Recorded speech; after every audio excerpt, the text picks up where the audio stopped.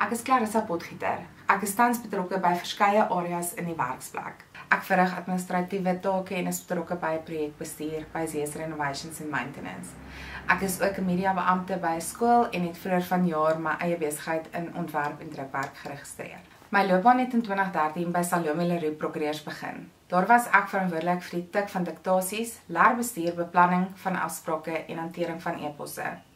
Dit was 'n ongelooflike leerervaring wat vir my 'n stewige grondslag gelê het in akkuraatheid, kommunikasie en organiseer vermoë.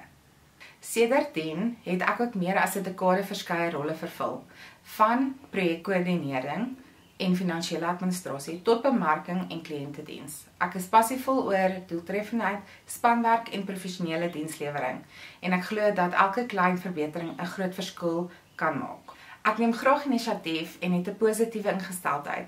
Ek geniet dit om nuwe idees te toets, prosesse te verbeter en 'n betekenisvolle bydrae te lewer tot enige span waarvan ek deel is.